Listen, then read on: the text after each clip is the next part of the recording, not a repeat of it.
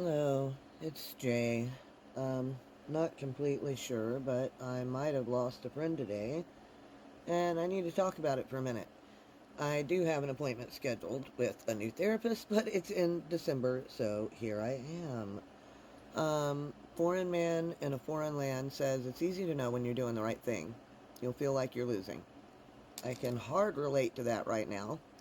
So here's a few of the talking points that I heard today and what I think about them.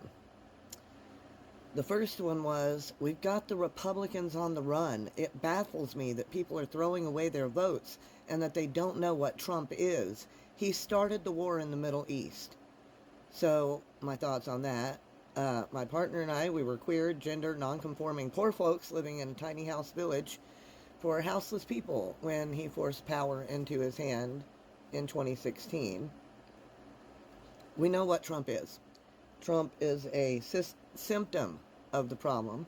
He's not the problem. And no, he did not start the war in the Middle East.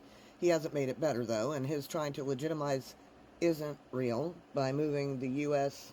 embassy to Jerusalem, along with his Muslim bans, shows exactly whose side he's on. Gonna be so lonely was the next talking point. I can't believe you can't or won't vote for Harris and Walz. The first part honestly felt a little manipulative to me, and I really hope it wasn't deliberate. But I can't believe you won't vote for Kamala literally translates to me as, I can't believe you won't vote for G-side. Yeah. The next point was, I can't play along with any other narrative. Who is playing? This is part of the entire issue. Who is controlling, or is trying to control, the narrative? And I will not blithely put a check mark next to a name that endorses G-side. I said when Kamala does something to stop the G-side in Gaza, that's when I'll vote for her.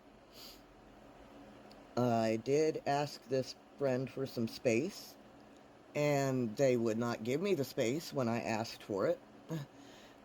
They absolutely could not stop when I wouldn't agree with them wholeheartedly and seemed determined to have the last word, so I had to take some space.